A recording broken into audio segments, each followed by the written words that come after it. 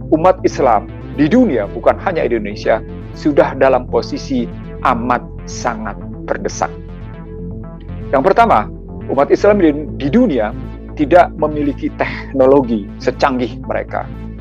Yang kedua, umat Islam di dunia tidak punya kemampuan membangun opini publik di dunia. Seluruh media massa, bahkan sejak 1997 ketika mereka sudah menyatakan sosial media sebagai wujud persenjataan, umat Islam dunia cuma sekedar sebagai pemakai, cuma sebagai user. Bahkan sebagai operator pun kita begitu didikte habis-habisan untuk menggunakan gadget itu posisinya.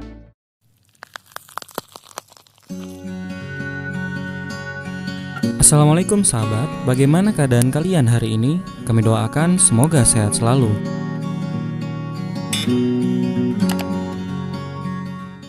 Teman-teman sekalian, saya baru saja mengupdate situasi ekonomi politik internasional yang sedang terjadi baik di kawasan Australia, di Eropa, atau bahkan di Amerika.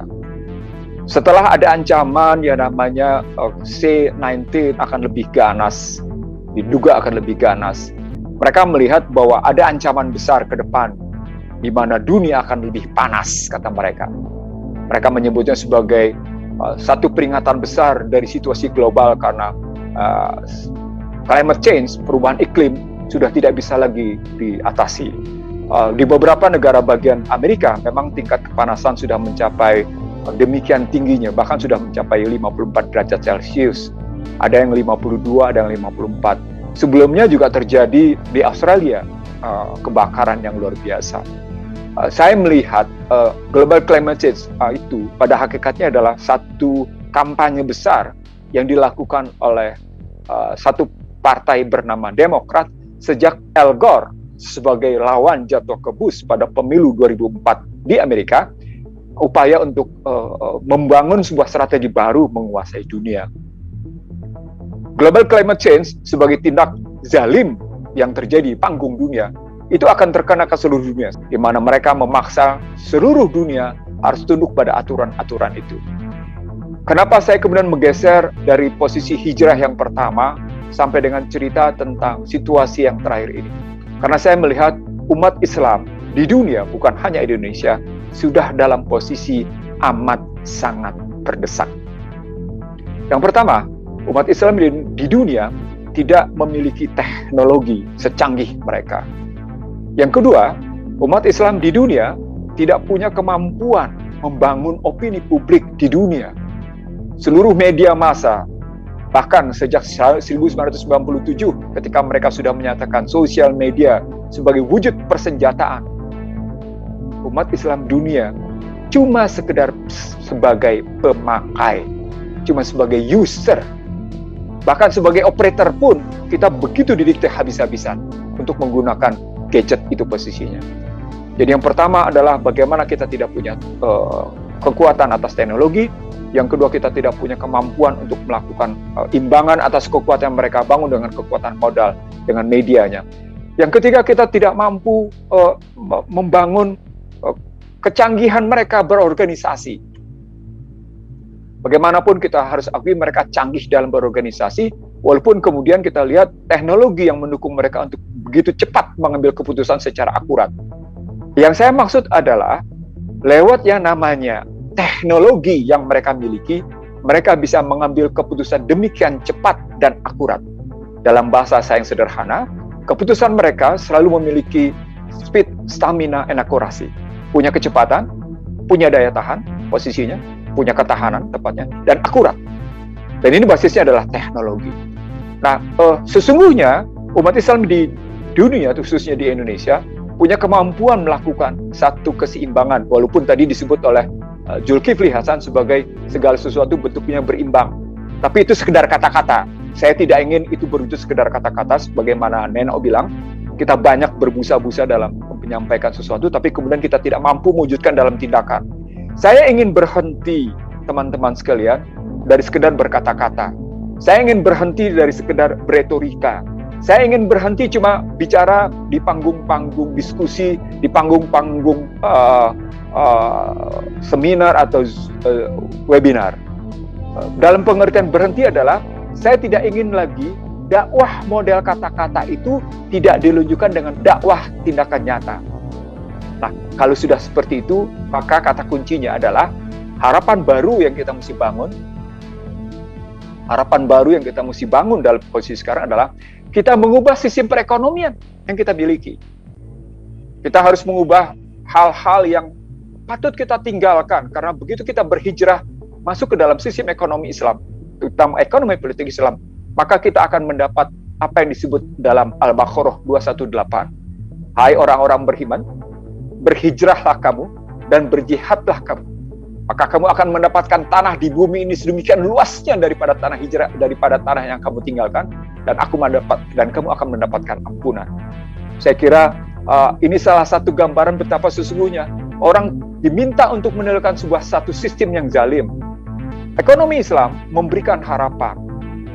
1 Muharram 1443, jika diterapkan dalam perspektif ekonomi Islam, itu berarti perintah untuk mengatasi yang namanya kehinaan. Perintah untuk mengatasi ketertindasan. Karena bagaimanapun, tidak peduli siapapun yang namanya masyarakat Islam dunia, secara ekonomi politik sesungguhnya dalam posisi tertindas. Yang kedua, dia harus mengatasi, dia harus membebaskan kebodohan, harus memunculkan yang namanya mengatasi kemiskinan, bebas dari kemiskinan. Lalu yang keempat adalah dari ketimpangan. Yang kelima adalah kehinaan. Jadi permintaan atau anjuran Allah untuk berhijrah dan kemudian berjihad di jalannya. Kalau kalimat 218 Al-Baqarah jelas sekali kalimatnya, berhijrah dan berjihad. Karena tanah hijrah itu lebih luas dan engkau akan mendapatkan ampunan dengan rezeki yang luar biasa. Maka saya memberikan makna bahwa sesungguhnya ketika kita hijrah secara ekonomi politik, maka kita akan memiliki ketahanan yang luar biasa. Saya setuju pada beberapa pendapat tadi tentang misalnya pentingnya kita untuk, saya tidak ingin menggunakan bahasa asing, respect dalam hal ini, betapa pentingnya kita hidup saling menghormati dan menghargai. Tapi muncul pertanyaan, apakah umat Islam di Indonesia sungguh dalam posisi dihormati dan dihargai? Padahal saya Ihsanuddin Nursi merasa betapa tidak dihormati dan betapa tidak dihargai. Jadi kalau tadi ada kata-kata, mari kita saling meningkatkan respect satu sama lain. Saya ingin bertanya kepada mereka yang menyatakan itu, apakah dirinya merasa dihormati atau tidak? Apakah dirinya merasa dihargai atau tidak? Kalau sementara posisi dirinya sesungguhnya tersandera. Saya tidak ingin umat Islam di dunia, saya tidak ingin umat Islam di Indonesia tersandera. Saya tidak ingin Habib Rizik Muhammad Syihab dalam posisi dizalimi terus-menerus. Karena andai kata ini terjadi terus-menerus, yang muncul adalah istijrad. Dan saya khawatir istijrad itulah bentuk konflik horizontal dan konflik vertikal. Saya ulang, saya tidak ingin Habib Rizik Syihab terus-menerus dizalimi. Karena bisa jadi yang muncul adalah istijrad. Dan kalau istijrad itu bentuknya adalah konflik horizontal dan konflik vertikal, disebabkan tingkat ketertindasan, tingkat penekanan, tingkat ketimpangan dan kehinaan terus berjalan, maka suka tidak suka akan ada perlawanan. Dan itu bukan sekedar perlawanan ekonomi, tapi juga perlawanan ekonomi politik. Teman-teman sekalian, sekali lagi saya tidak ingin berretorika, saya tidak ingin berkata-kata. Saya sudah mewujudkan dalam pekerjaan saya beberapa tahun ini. Dan saya ingin mengatakan pada Anda semua, ternyata sistem ekonomi Islam sesungguhnya justru memiliki ketangguhan amat sangat luar biasa. Saya kira ini yang mestinya kita lakukan. Karena dengan kita berhijrah dari sistem ekonomi yang zalim, sistem ekonomi yang merusak, sistem ekonomi yang munafik, sistem ekonomi yang sungguh-sungguh tidak berpihak pada nilai-nilai kemanusiaan, maka Islam justru menjawabnya bahwa dia harus membebaskan dari ketertindasan.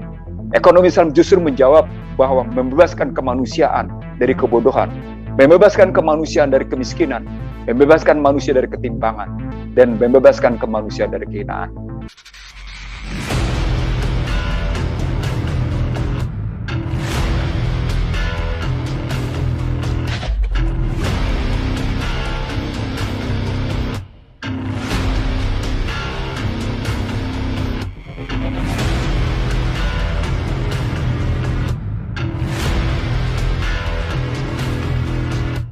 Masih banyak topik yang akan kita bahas. Silakan subscribe channel kami agar kita bisa lebih dekat dan bersama membahas berbagai topik menarik lainnya.